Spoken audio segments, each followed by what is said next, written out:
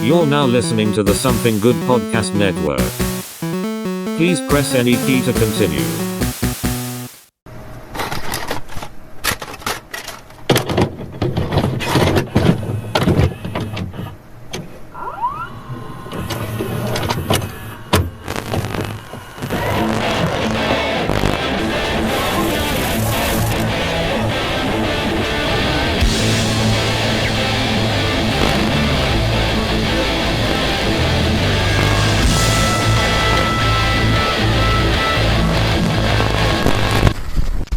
All right, everybody. Welcome to another fantastic episode of Kaiju Paradise. Oh, yeah. Yeah, with Chris Morrison as my co-host. And, Fuck yeah, let's talk about a giant monkey. Yeah, taking a break from Godzilla and gonna break into probably the mother of all kaiju movies, or just giant monster movies, or whatever you want to call the genre. Just giant, fantastic beasts. Kaiju, yeah. On film, yeah. Of course, talking about the 1933 cultural masterpiece in a lot of ways, or a trendsetter rather, King Kong. Yeah, the American Kaiju. Yeah. The American Kaiju. Yep. Yeah, so this was distributed by RKO. RKO, yeah. Movies. They ended up going all the way up to around the time of Citizen Kane before becoming defunct.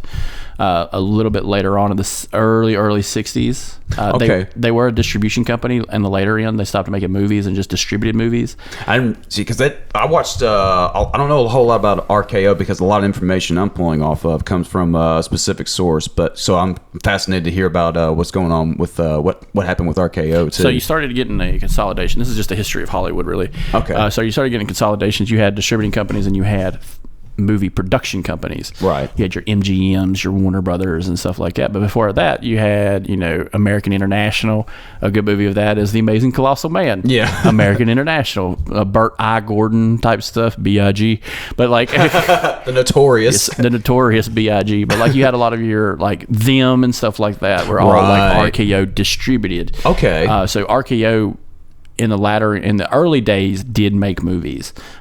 This was one of their first big hits, right? Because the tagline for King Kong was the eighth wonder of the world. Yep. And I always loved that because I was always a big fan of the original Seven Wonders of the Ancient World, which is going to be part of probably the Triple C podcast, right? But yeah, so that's just.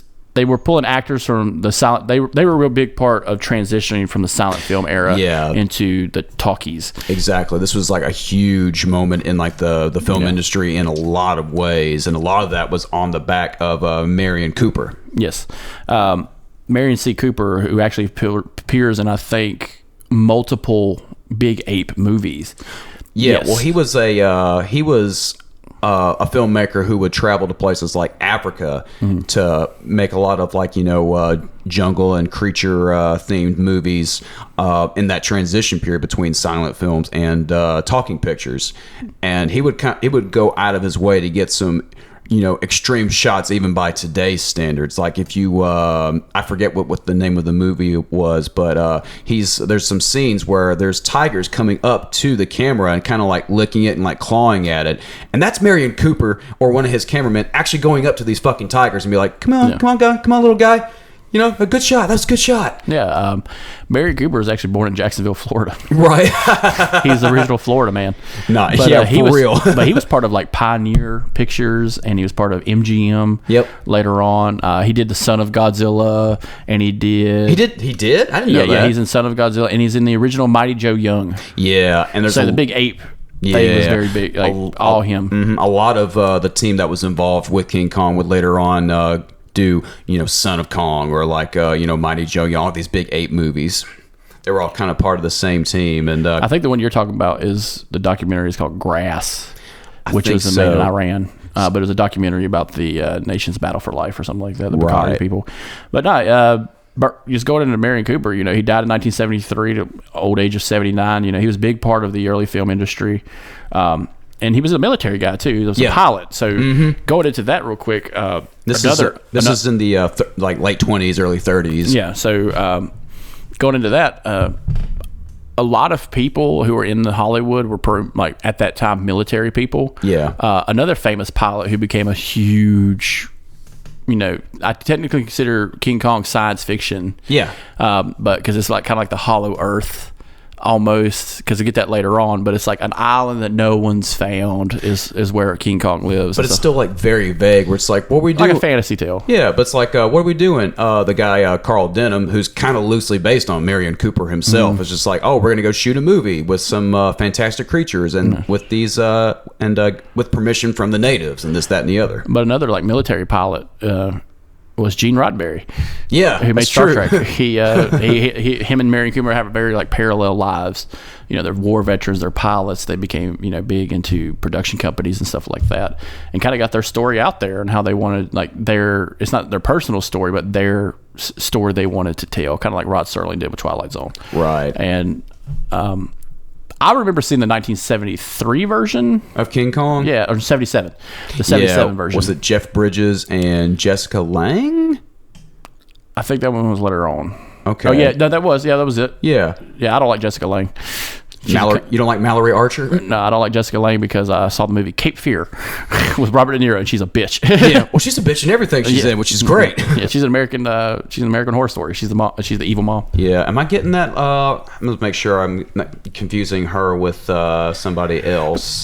Excuse me. It's the same woman that did that is Mallory Archer, and it's the same person that's in Arrested Development, right? No, that's a different woman. Oh, okay. See, I get those two confused all the time. No. But with you got Marion Cooper, who's and one of his partners that I can't remember off the top of my head. It was like, so it's Marion Cooper and let's see, not Willis O'Brien. I want to get to him further on down the line, but I want to say he had this guy that was with him that would go with him all these trips to Africa to make put all these films together. But you had that group, and it's also the other important piece of this puzzle is Willis O'Brien, who designed the monster and designed a lot of the landscapes that we see in all the fantastical scenes in the movie.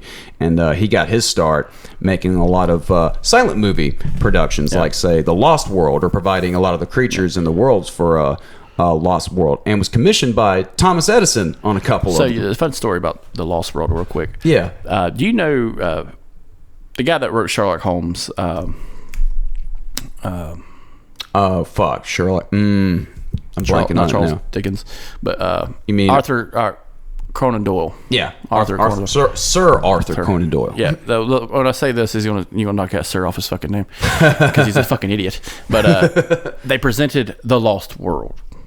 And we've seen it. Yeah. It's puppets. Yeah, exactly. And it's stop motion and stuff like that. He was so hell-bent on believing that was real. Actually, you know what? They talk about that in the documentary. Yes, he believed it was real. He also believed in mediums and stuff like that and tried to fight Houdini. So, like, it's one of those things where it's like all these people are around at the same time, and it's just like, hey, Houdini almost got in a fight with Sir Arthur Conan Doyle. And he also almost got in a fight with that dude from Russia, the cult leader.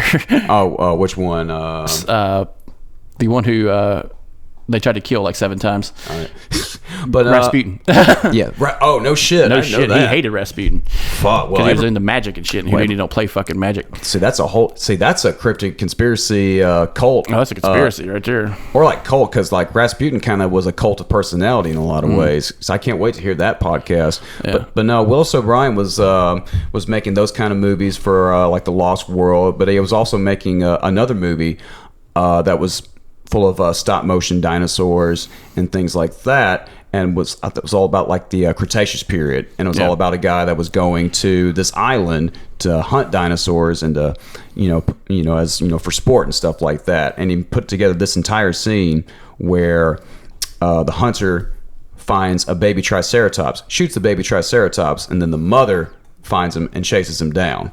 And that's the only scene from this movie that was ever shot before Willis O'Brien got scooped up by Marion Cooper to make this King Kong production. Yeah. Well, funny thing, like Marion Cooper also took a lot of this cast from a movie that came previous called The Most Dangerous Game. Yeah. So like Fay Ray and stuff like that. There's a guy who's in it called Noble Johnson. He plays the native chief in King Kong. He's actually Ivan. Okay. In The Most Dangerous Game, and he's a very scary looking guy. Like if you look at a picture of him, he kind of has that old. The guy that played the Wolfman and Frankenstein look, like he has that kind of that Boris Karloff kind of. Yeah, the Boris Karloff face. And, you know, Steve Clementi, who played the Witch King, same thing. He's in The Most Dangerous Game. And I do like that he was like, we see that now a lot with like studios. Hey, we watch Sopranos. Hey, a lot of those guys are in Dexter. Or a lot of those guys are in Oz or something like that. And it's kind of like, they just happened to be at the studio at the time. And it's just like, exactly. Hey, you guys want to fill in a shift? They all got the same agents and stuff like that. Yeah. Another famous actor that came out of this was Bruce Cabot. Back in the early days, he ended up being in Big Jack, a lot of westerns and stuff like that. He was in, the original King Kong, but he was in a movie in 1968, one of John Wayne's last movies, Hellfighters. Oh, really? Yeah, so he was like a fireman and stuff but he built a career in like westerns and stuff. But just starting with King Kong.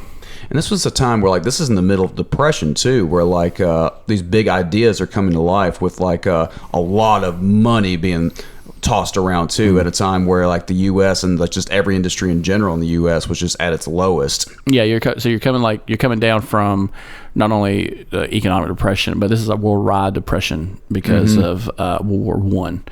So much money got spent so fast. And then you had not only the depression, but you also had remnants of the prohibition of alcohol, right? That came this through. This is still like this movie is about to be 90 years old. Yeah. So this is kind of a big deal. Next year will be 90, and like you're talking about a time and era where entertainment is very different than it is now. We're in a transition, like we were saying too. So, a lot of it was like from silent pictures into like walking and talking. Yeah. Funny story is like in movie theaters at the time, when we go to the movie theater, we pay a ticket, we see the movie, we leave. Back in the day, that's not true. Back in the day, you pay for a movie ticket, you stay all day. Yeah, it's a whole... Because it's cold.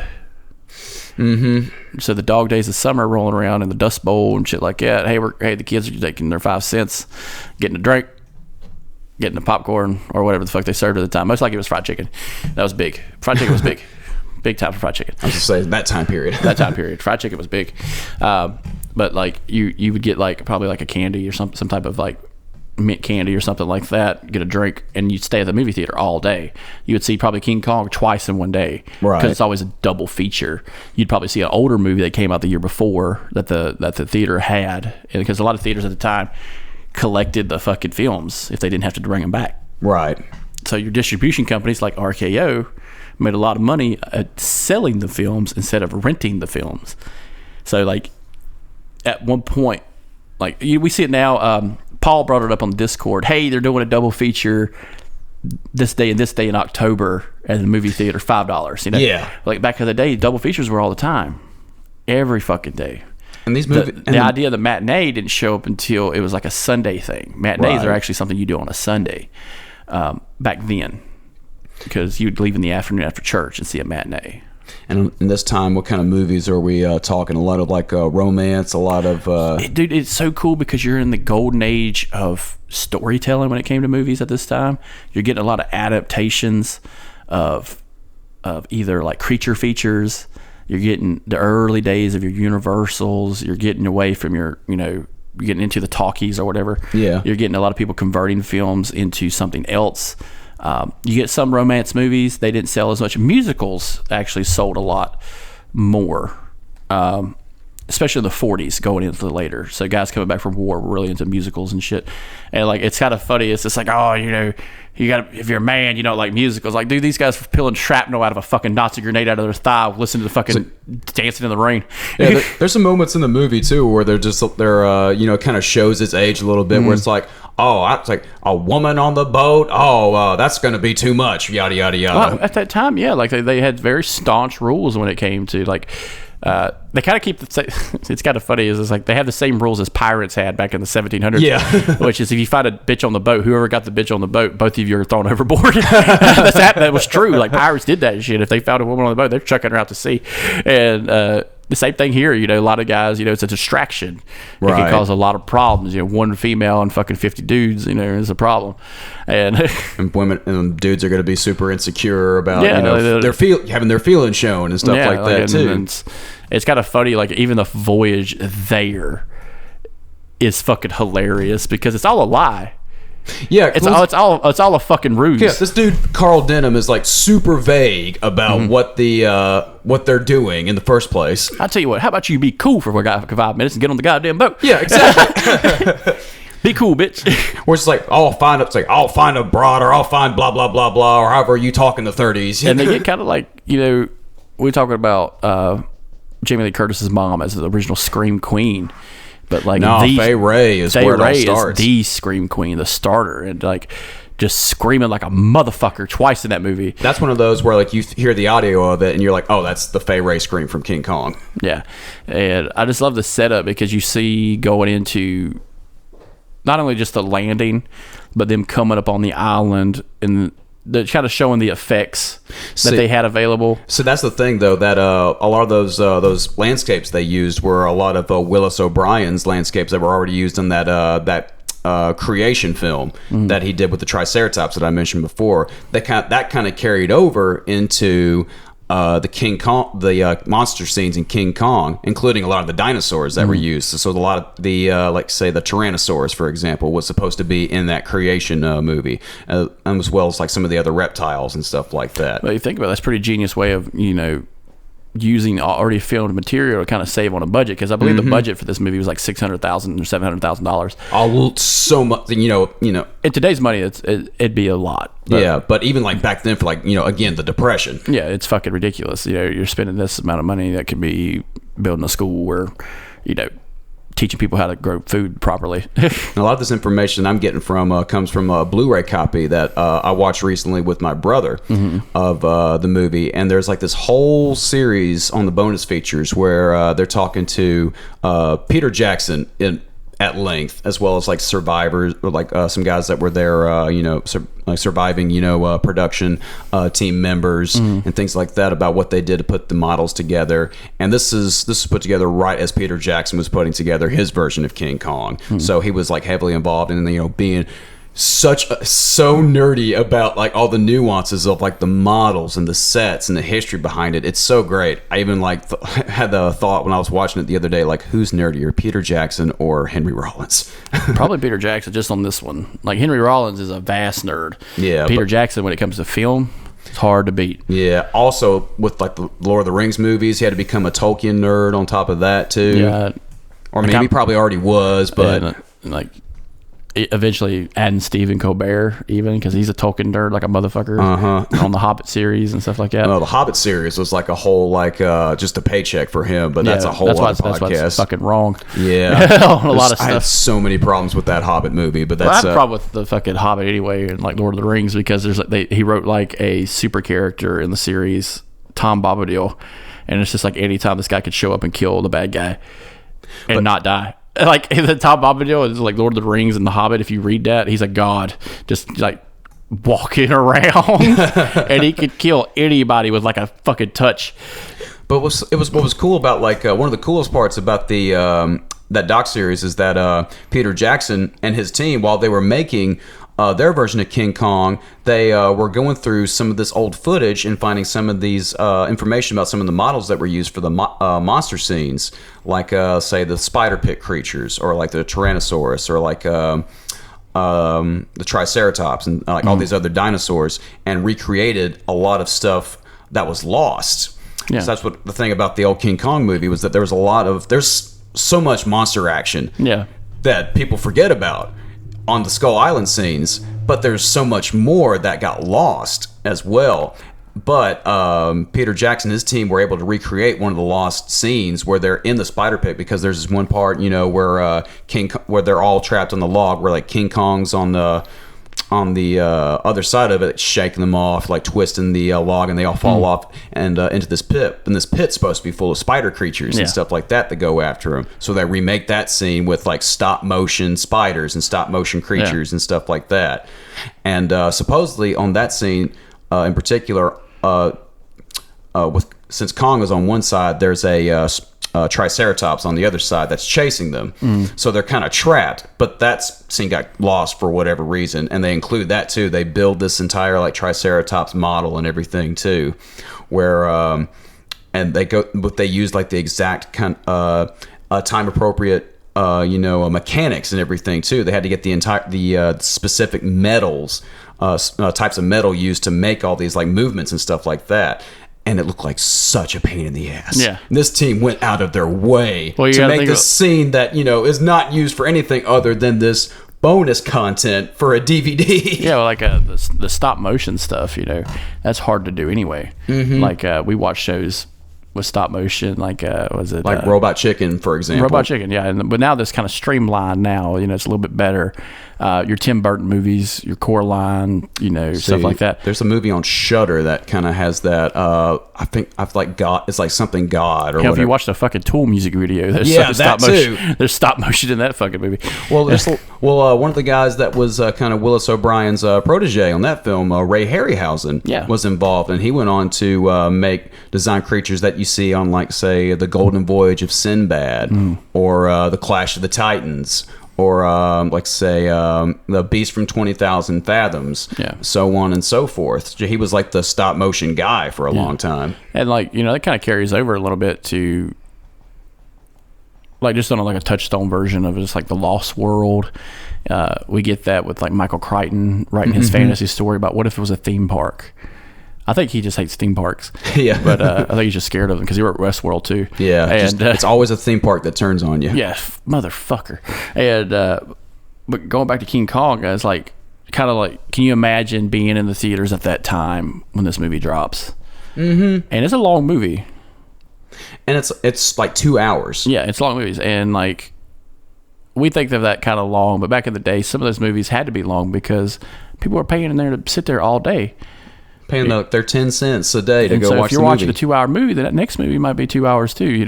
So a double feature at 4 hours, and plus, you had the convenience of what's called intermission. Yeah. So we don't have that anymore. It's like, you got to take a piss. That's too bad. That's too bad. This Ken Burns of the West does not have an intermission. I know. It's like as I'm getting older now, it's just like, fuck, I got to take a piss during the Batman movie. What did I miss? Yeah, well, you missed the fucking exposition. You missed the Joker. You missed the exposition. There you go. You missed it. You have to wait for it on DVD or pirate it like everyone else. Yeah, really. And I really like I can only imagine seeing that for the first time. The initial reviews that come that you see that were presented in that doc were like crazy because people were like, obviously for that time period, they're scared shitless. Their minds are blown. They're scared shitless. They're like, this is the most realistic looking monster real. we've ever seen. Because like the hairs on the monster move around too, like the wind's blowing on it and things like that. And like the thing about this movie too.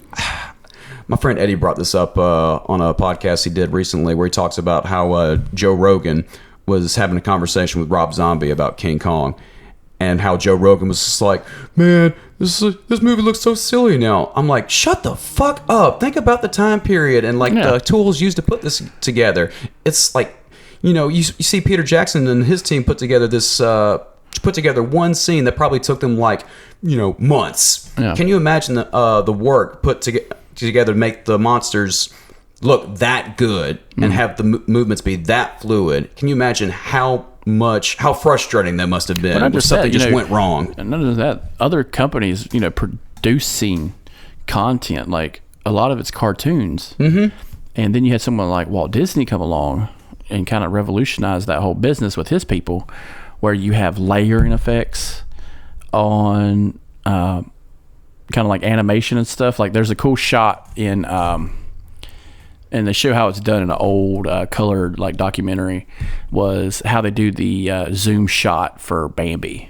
Yeah. And it's like it's layers. So what they're doing is instead of just drawing and zooming in on a point, no, it's layered art on top of each other and then zooming in. So it looks like the trees are going past you.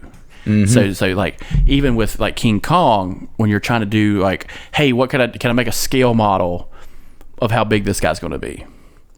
All right, so we could play a little fantastic with it because like the scene where he's like looking in the window and shit kind of doesn't match the scale of how big he is.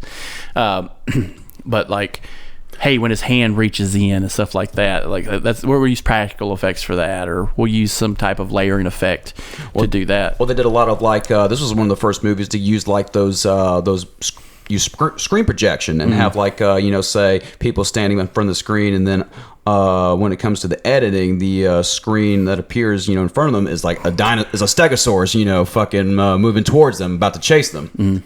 Yeah, and it's kind of like the same with like a car scenes. There's a screen behind them moving, and they're just in an adjacent car, and some guys are just like love tapping it with sticks. Yeah, the car's just kind of leaning awkwardly left and right. Kind of like Voodoo Apocalypse. Yeah, exactly. It's just like, hey, what are you doing? Oh, we got a guy with a jack stand just fucking moving our car around while we're going through the desert. But a lot of times, like you were saying, they went out of their way to with the effects to really project the scale of these monsters and everything. And for the time, they were testing the kind of limits on that. And when testing limits, you test the limits of the people working. Yeah. And that's kind of a big story behind King Kong, or some of the people, like, I think it was Fay Ray who said that she didn't want to be on another movie like that. No. And she ended up being in the next one, The Son of Kong. Yeah, they wound up being like, had to been like 18-hour days or something like that. But like a lot of it's not just standing around either. A lot of it is guys like poking and prodding you, being like, hey, you need to change outfits, you need to do this, you need to do that. And it's just like, it's not like it is today. No. Especially for women actors. But even on pay. Like, she was brunette too, and had to like get a blonde wig, right? Mm-hmm. And like that could have been a lot worse. They could have made her dye her hair back then, which would have been fucking dangerous. Yeah, because it's not as good, not as easy as it looks. No, especially back then when you're on limited products. Also, with this movie too, there's a lot of monster violence. There's some stuff that you watch where like people are just like eating like on screen, like violently too, and Kong's just stomping on motherfuckers. You see him just like crushing the natives like underneath his feet and everything too, which is like they're getting away with a lot as far as like violence on screen for the 1930s. Yeah, and like the only time you could really get away with violence like that was documentaries, right? Or like nature documentaries, which were kind of like a big thing back then. But like, because it's creature violence, it's a little bit more, I guess, acceptable, as opposed to like I was going to say gun violence on the 1930s, but a guy getting shot from like the 30s to the 60s was just a guy clutching his chest like. Ugh. Oh, fun story about people being shot at back in the day. The guy that played the original Scarface, what's his name? The original black and white Scarface, right? James Cagney. Okay. In the original time of around this time, when you see someone getting shot at, they're actually getting shot at. They hired a marksman to do the shots. Just the flesh of the thigh. They had a guy who was trained how to use a firearm to fire real bullets at real motherfuckers. So anytime you watch an old movie before 1935, 36, yeah, that's real fucking bullets. Or like when horses are being used to like, in movies where they're getting, shot at or falling over or they have to learn how to fall. Well, yeah, they're like actually pulling on the horses to like actually like harming them and shit too. Yeah. And it's not as liberal as it is today, of course, but because of stuff like that, you get stuff. James Cagney ends up saying like, hey, I almost got shot the other day on set because a guy had a fucking Thompson submachine gun and he was letting it rip. And I was like, you know what? No, fuck that. Then they create the Screen Actors Guild, which is the union, which, these people couldn't really afford not to have it, because you need to be protected. Because it's show business. Yeah, so show business. Talent does not get protected. Yeah, show business. Show business is like manufacturing. You're going to break your back for entertainment. You're going to break your back for that dollar. And it kind of sets the stage later on for, hey, we have to work around this. Yeah. And how do we work around this? And it's pretty neat because it kind of creates innovation when you have a rule you can't break. But now there's new rules, like with this movie in particular, there's new rules being made. There's all kinds of new innovations, whether it's with special effects and the things that have to be done to provide these special effects. And another part of this, they had to work on the old morality code of movies. Some of those morality codes include a woman can't show too much skin. Cops cannot be killed. The bad guy has to die at the end. Evil cannot prevail. And these were morality rules set for movies. And that's like the old version of like what the what do you call the rating system, or like the FCC or whatever? Not the MPAA. This is before the MPAA, but this is like the code, kind of like the comic book code was around. Movies had the same thing. You could not show in any form. Women drinking alcohol was one. Evidence of a murder, stuff like that. You couldn't show a dead body. Like it's very rampant, but you were able to kind of like scapegoat around it, depending on the kind of movie you were making. Yeah, and with like say Kong, for example, you said you can't show a dead body, but you could show somebody getting like a T-Rex, or even in this movie a Brontosaurus, which was supposed a herbivore. A plant-eating dinosaur grabbing this dude out of a tree and just like eating him. Yeah. But that's one way of skirting around it if it was like an animal, getting. But that's not a dead body. That's like part of the stop motion effect. After the fact too. Yeah. So like, just kind of give you kind of an idea of how far we've come. The movie Psycho. Yeah. Was the first movie ever to show a flushing toilet. Okay. So like, we've come a long way from 1933 in the 50s and 60s and stuff like that. You know what I'm saying? So what year did Psycho come out?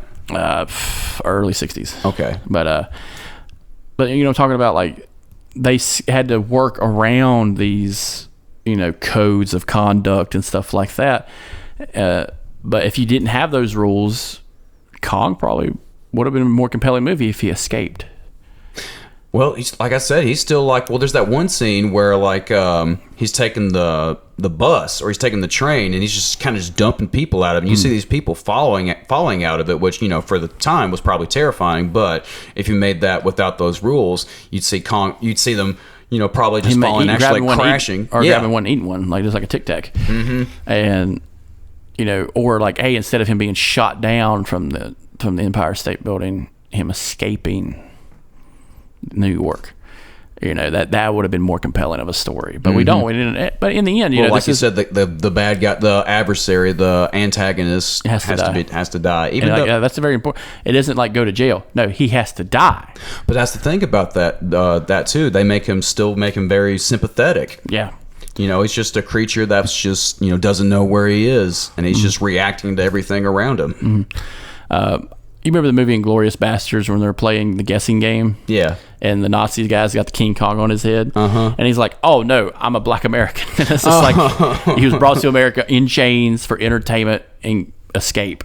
And he's like, oh, no, I'm a... So he doesn't say black American, but you know what I'm saying? He's like, oh, I'm the American black man. And it's like, no, you're King Kong. Fuck. It's like, you racist piece of shit, but hey, I'm a Nazi. Hey, he's SS. Oh, yeah. Super special Nazi. But around this time, the Nazis are actually, forming. They see these movies as an option to show the limits of film production. And that's for every country at this time, not just America, but Europe had their own versions of these later on down the road, much later. But, what can we get away with filming? What can we do like on site? What can we do in the studio? What can we do on set? A lot of these things really depend, and like King Kong really set the motion because I don't know if they talked about it on that documentary you watched, but like site locations and filming on site locations just to do the overlap for King Kong. Yeah. And the city. Well, that was, Marion Cooper's deal. Like he was all about just going, wherever he needed to go to get the right shots. Exactly. It's like he was all about location for sure. And it plays a good deal because like the elaborate way they catch him too. Like after all the like brutality, the monster fights and everything, the way he catches him is fucking insane. Also, the big monster fight is, King Kong versus the Tyrannosaurus, where he just like splits the jaw open, which is like a finish move that's been in like every movie since, which is like, that's super hyper violent in any scenario. You're talking about like a curb stomp. Yeah, it's a curb stomp. Exactly. You're just showing like, hey, I'm going to show my 5-year-old King Kong, just see if, because it's giant monsters from the 30s. It should be fun. You're seeing like monster gore in a lot of ways. Yeah, and because it's animals, there is no, they don't see it as traumatizing. Yeah. Even though, yeah, it kind of is. Yeah. A little bit. If you're not used to movies, can you imagine like just a kid who'd never been to the movies before in 1933? Let's say Midwestern kid, probably fucking Missouri. Hey, we're going to St. Louis. They got a theater. I heard this movie's big. My parents are taking me. You're sitting down with your mom and dad, and it's just like, holy fuck. Well, it's like no different than like say I grew up watching a lot of nature shows when I was a kid. They'd be on PBS and stuff like watching that cheetah hit that deer, like watching that cheetah hit this baby fucking gazelle and just like ripping his throat out and shit like that, just killing it. We're just like, I'm like 7-8 years old going like, did he just kill the baby gazelle? But then Simba ate that motherfucker. Yeah.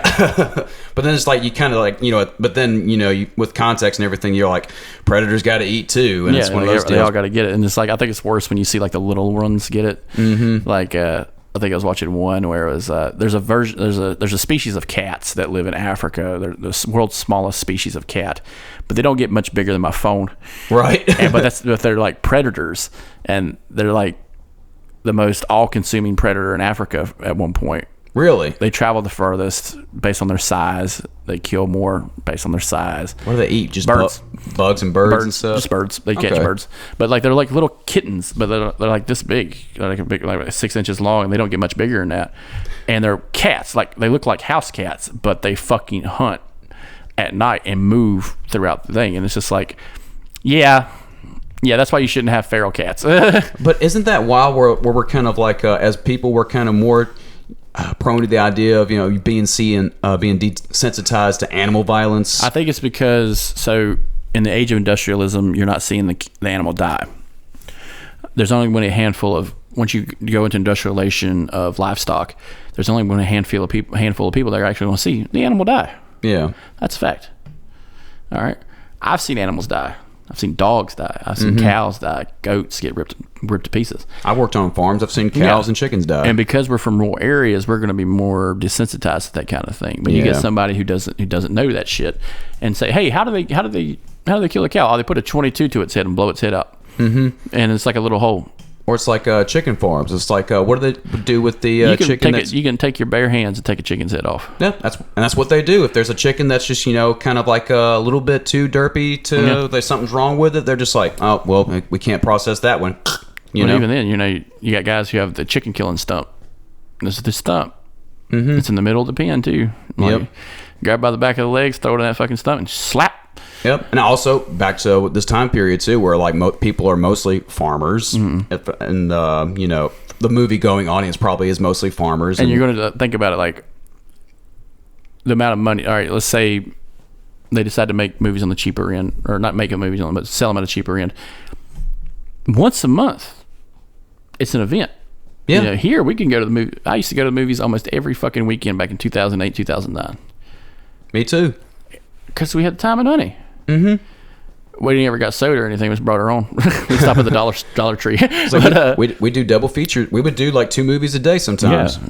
Did you ever do the one where you finished the movie and kind of like sat there for a little while and wait, and then like, oh fuck, the movie across the hall starting, and just kind of sneak out and just walk to the Oh yeah, because nobody would give a fuck. Nobody cares. It's fucking 4:00 on a Wednesday. Mm-hmm. But like, this is an all-day event, so might as well show something that's eventful, and nothing's more eventful than King Kong back in 1933. Well, even like today, if you put it on, it's like as soon as they get to the island, it is non-stop action. Yeah. Like it's still like a fast pace. Yeah, there's no exposition. It's all action. It's like the exposition is like, oh, we're going on to an island to make a movie. What's going to happen on this island? We're going to get killed. Yeah, and on that, you introduce the characters on the boat. Like, basically all the main characters on the boat. You give them, introduce them to their personalities, what makes them tick and all that. And from then on, the star of the show is the monster and everything that comes with it. And then you meet at one point, you meet the tribe. Yeah. The tribe, which is all just nothing but blackface. Were they not African-American? No, because the war chief is a white guy. Oh, I didn't know that. Keep in mind, the war chief is the same guy who played Ivan in Most Dangerous Game. That's right. Yeah, so I never saw that version of Most Dangerous Game, though. Yeah, so I'll have that for reference. So they blackfaced a little bit of it too. You know who else does it? Sam Waterston did it from Law and Order. He went Indian face in a movie. He played a Native American. Oh, really? I forget what movie it was. It's fucking hilarious. Because I'm like, holy shit, that's Sam Waterston, the Jew from Brooklyn. But so they used the whole ruse of the tribe, to catch King Kong. Mm-hmm. And you get that famous scream, and the set building alone for that, and comparing it to like the one I saw first was the 70s version. Yeah. The 70s version is kind of like when I was a kid watching that, and that was fucking shocking as shit. It's like, holy shit, this thing's gonna fucking eat her. I know it. That was the first version I ever watched, was the 70s version. And I remember just kind of like not loving it, you know? Well, we had that movie, and we had Godzilla versus Mechagodzilla. And keep in mind, these were like VHS tapes that, you know, sold at video stores that were taken off the shelf. Yeah. And it had that bin, you know, that every video store had. It's like, hey, buy these 2 movies for like $5. And like, it was right there beside The Amazing Colossal Man and stuff like that. Like, we didn't have the cases for them. We had them in clear box cases. I don't know if you remember those for VHS. It's like the ones that you got from not like Blockbuster, but like the Family Video had like clear cases. That'd be like where you put your home videotapes and shit like that. Mm-hmm. Yeah. So, so that's the one we had. My grandpa had. He was big into that. So I didn't watch this one until like much later in life. Like, I was probably in college, and it was just like on like Turner Classic Movies or something like that, and I would watch it then. And that's just like, I haven't seen Turner Classic Movies in a minute. That's on HBO now. Yep.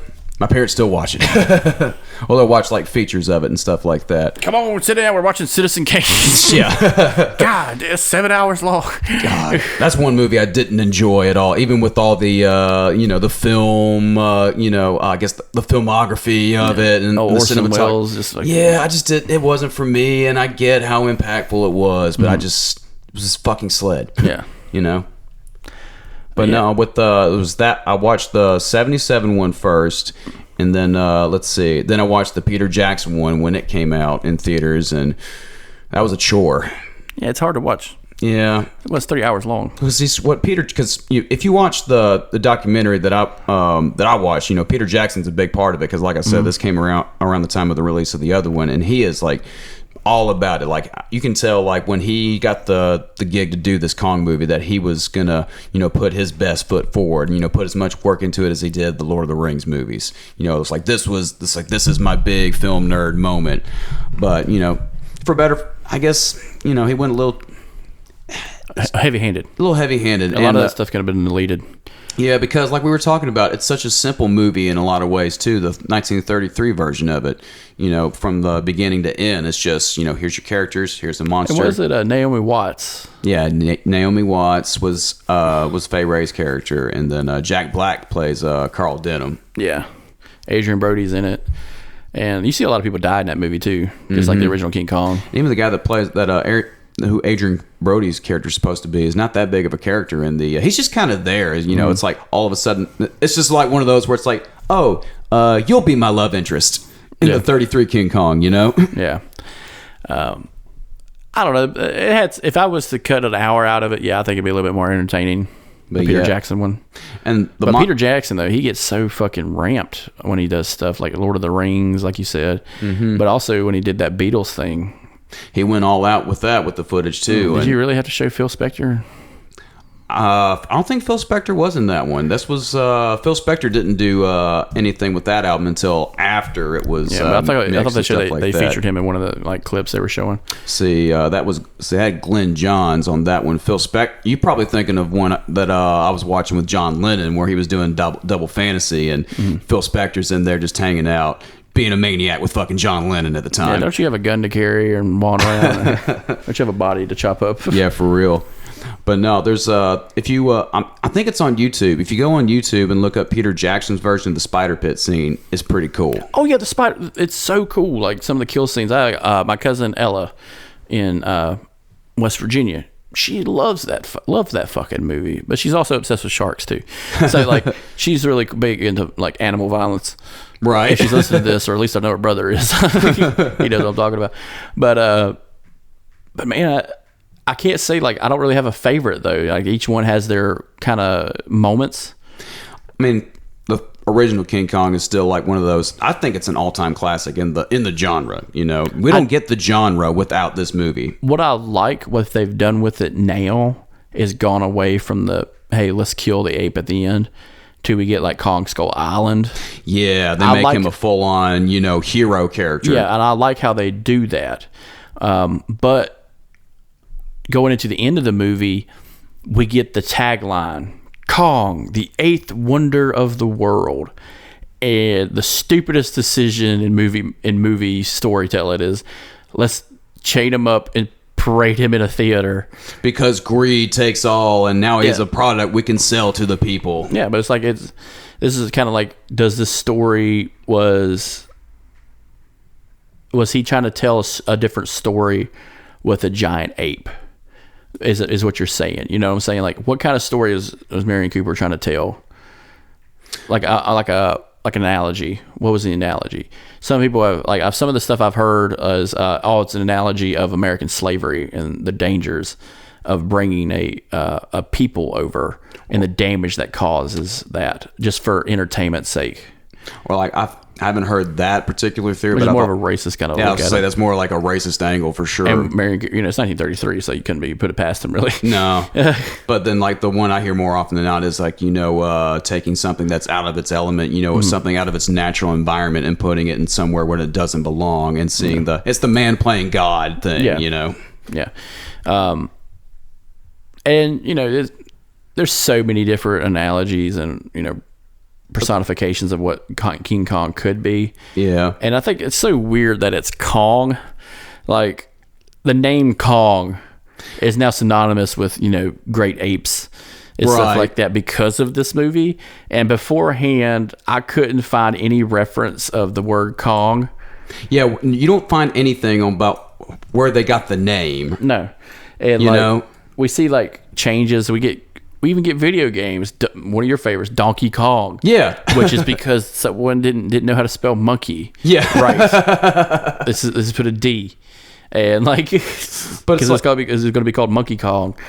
Well, I think the biggest MVP in the entire crew is Willis O'Brien himself because of the design of the monster, and how they were able to make him a sympathetic character towards the end with his facial movements. They had not only did they have the stop motion one, but they also had a facial model to where they zoom in and he moves his eyes and his mouth around and everything too. They give him really visceral expressions for that time. And those are later on used in animatronics that are used in theme rides at Disney and stuff like that, and Disney, not Disney World, but Disneyland in Los Angeles. And I kind of like when I'm watching movies, kind of see, hey, what are they using at the time that is new? Yeah. All right. So you get old westerns that used unchanged shots. Right. So it's just it's still a rise and fall, but it's still they don't break away.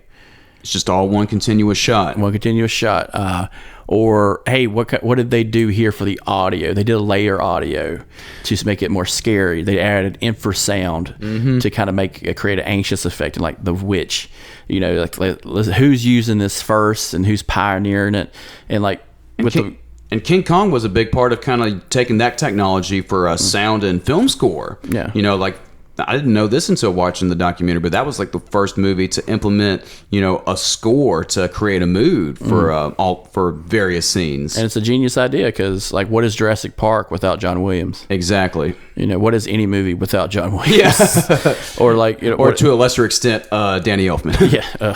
But what is could you make a Western better without Ennio Morricone? See, that's the only, that last scene in The Good and the Bad and the Ugly where they're just staring at each other waiting for the first guy to draw. If you take the music away, it's just people just going just staring twitching. at each other. Hey, I think that guy's got Tourette's. Yeah. I can't. What's fucking crazy is that I've been at home and regular TV's been playing, so commercials play all the time, and it's always the Modelo, and they're playing Ecstasy at Gold. I know it. And I'm just stop playing that I hate that song. Modelo is not the good, bad, and the ugly. And hear that stuff, oh my God. But yeah, that was the first one to kind of when he falls off that I'm still hearing it in my head right now when he falls off the Empire State Building. You're hearing that dun dun dun. It's that was the first film to implement. It's not a piece of music. It's just kind of a set of tones to really convey what a mood. What you're watching actually is an opera. Yeah. So what you're hearing a band, a whole orchestra play out the scene. Yeah. And instead of having a vocal performer, now you have just the orchestra, which it's a cool transition at the time if you think about it. It's like, hey, why didn't we use music beforehand? Why not? You know, why not encode it with the film? That's one of those things we take for granted now, but that's where it all starts. And what's funny is people don't realize, like, you had audio on top of that had to be played separate while the movie was playing. So your timer, your guy in the theater, had to be fucking spot on. So much of this had to be like spot on. With so you can't have a guy being like, "Oh shit, it's Kong." And just moving, and it says his mouth keep moving. Well, what does he say? And he's like, no, he said that. The timing's off. Yeah, exactly. It's like we're having bad cable again. It's like, again, it's that transition for like, silent films, that people would mouth something, they would put in like the dialogue in between on like a background. And then you would have what's called numbering, which a lot of, when they created the new film projectors, they added the audio part in, so you would have the audio like on an LP, and then you would have the film playing. Now, they created an all-in-one projector, which when a certain little piece photo of the film, a little cell of the film passes at a certain point, the projector clicks, and then the sound starts, and then when it clicks again, to let the operator know, hey, go ahead and feed in the second film, and then the projector will hit that other cell, and the second audio would play. So when you have a movie like King Kong, which is probably like 3 reels, right? You got 3 reels and 3 audio casings. So technology-wise, you had to be on time, and it kind of creating these new projectors for like newer theaters and stuff was very important to kind of save that moment, especially if you're on a score like that, because it's playing piped into speakers Well, we think of speakers as would scare the shit out of fucking people back then. Yeah, still 1930 speakers, but still very, new for the time. And you're talking about like paper cones and shit that would break. And I was so pissed when I found out my fucking Dodge truck had paper cones and I blew out the fucking speaker. I'm just like, son of a bitch, Dodge went cheap. So I can't play fucking Metallica on here. I can play Skinner, man, get in the parking lot of my high school. Oh, damn. I was like, rear speakers are going to have to do. Probably be able to get away with Metallica records. There weren't any bass on those records. But, man, it just the amount of technology that had to be innovated, not just for the rules of a morality code, but the rules of filmmaking. Can you imagine trying to, we could probably use Apple or some type of Microsoft movie maker to do King Kong all over again with but still kind of do the doing maybe not a new and improved, but kind of do like the say if we wanted to do like the stop motion treatment, but still make it compelling. Like say there's this movie I want to watch on Shudder that has that's stop motion based and things like House of Gods or some shit like that. And I can't think of the filmmaker's name, but if you did that kind of treatment and make it, scary, make it, sinister in any way, and put like a very compelling score under it, I think it can be done. But what's fascinating also is what happens to this crew after the movie gets released, and how after the success kind of wanes a little bit. Because that's the thing about movie releases and stuff like that, where it's like, all right, cool, you made your money, the movie's a success, what's the next one going to be about? Yeah. And this is when you get into a part of entertainment that wasn't really thought of. No. Except in music. Which is, symphonies. Hey, your 4th symphony, your 3rd symphony. Right. So now we got to do it in a movie form. People really liked it, so let's bring back Fay Wray. Let's bring back Robert Armstrong. Let's bring back these guys to do Son of Kong. Yeah, which was super rushed, by the way. Yeah. So because it comes out in like 1934. Yeah. And so you're coming off a 1-year production, and it's just like, and I will say, it's not about caliber of actor. It's about pool of actors. Yeah. You got people who are loved by name. We talk about all these actors we have now, but there's so fucking many now. You can't just talk about one actor. You got your Matthew McConaughey's, your Denzel Washingtons and stuff who've built their career. But you also have like your Jim Carrey's who've built their career. You have the Marvel Cinematic Universe, which is filled with fucking actors. But like A-listers. Yeah, and they're all A-listers. That's the thing. Back then, every person who was in a movie played in another fucking movie down the road. and like it's a tight knit group of people. So you keep that same tight group of people, and they can play different characters later on. Because like productions like that were probably like not as vast as they are today, with like certain like so many genres and like studios that are various studios that are under Warner Brothers or Disney or whoever. A good example of this is the Twilight Zone. A lot of the actors who are recurring were always in other episodes. William Shatner appears in 2 episodes of the Twilight Zone. Or like the Three Stooges. Yeah. A lot of those were everybody that wasn't Mo, Larry, or Curly or Shemp or whoever were all recurring actors. Oh, Shemp. Yeah.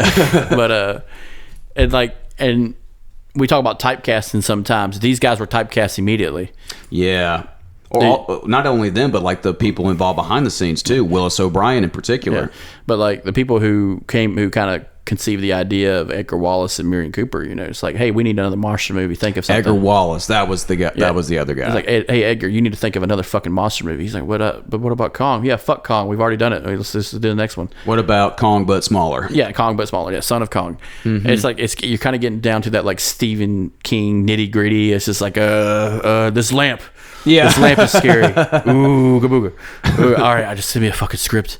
Like he just had a book. Like Stephen King just had a book release, and it's already got a movie tied to it. Really? Yeah, they've already started production on a movie, and the book just came out like a few weeks ago. So he's one of those guys still that he's such an institution of himself within his work.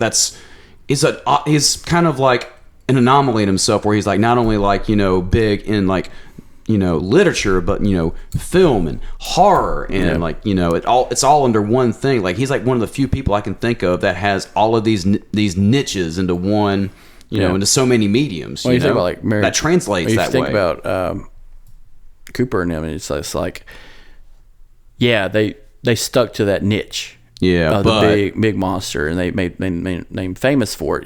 But it never surpassed King Kong. Yeah, so you're kind of chasing the dragon the whole time, and doing that, it's a bitch and a half. Because like Steven Spielberg is one of the few that could do it because he diversified what he made.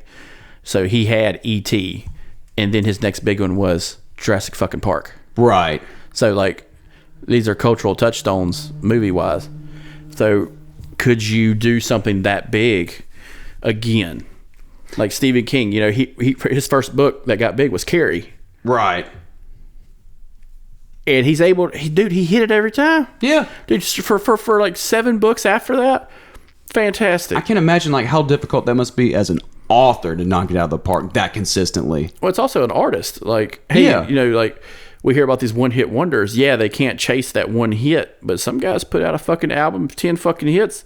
Yeah. Like AC/DC's Back in Black came back from all that shit with their dead fucking lead singer, made Back in Black. Almost every fucking song on that album is a banger. Yeah, and it's like one of the top best-selling albums of all time. Yeah. Michael Jackson broke away from his family, did Off the Wall, which wasn't as good, but came out with Thriller. Yeah. Holy shit. And a lot of that has to do with like the team behind. That's Prince. That was Prince. He became a full-on Jehovah's Witness. But no, Willis O'Brien wound up becoming a really tragic figure after King Kong. Like his wife committed suicide or attempted to commit suicide and killed his 2 sons. Oh, yeah. damn. It's rough, and this was like as he was kind of finding another deal to make with King Kong. Like he had, I forget, I guess he and whatever studio he was involved with had the rights to King Kong, and his producer that he was with at the time, John Beck, was going around and pitching the idea of doing King Kong to Toho, and then Toho wound up, and he didn't tell Willis O'Brien any of this. John Beck didn't. And once Toho secured those rights, Willis O'Brien was not included. Yeah, which is crazy. And look what they did with it. Mm-hmm. Yeah, we got a very derpy looking kind of. That's the one they called Frankenstein. Yeah, that was supposed to be Frankenstein versus King Kong, but Toho wanted to go with one of their properties, and that's why they chose Godzilla. It's fucking stupid.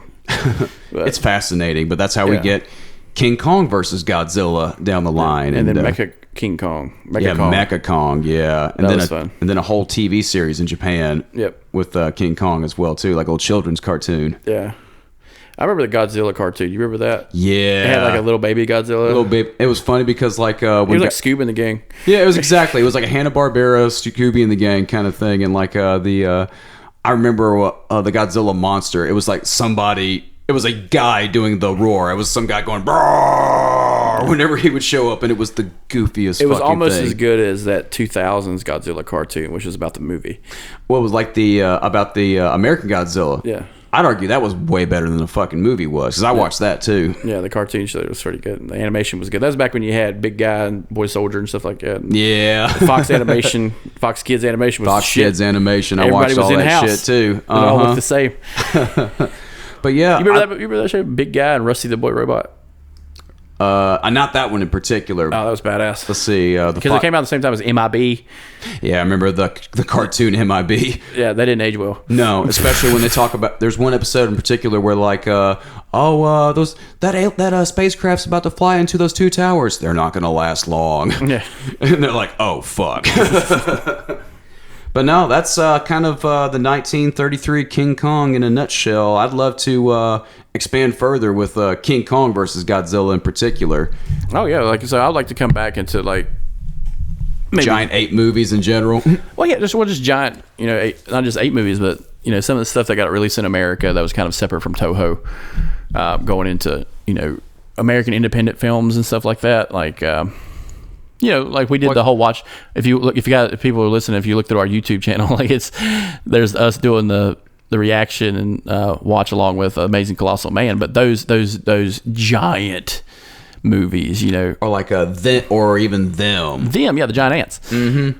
And just kind of just an overall. There's a lot of American movies that were like that. I'd love to do like Ray Harryhausen monsters, like stop motion monsters, like we talked about.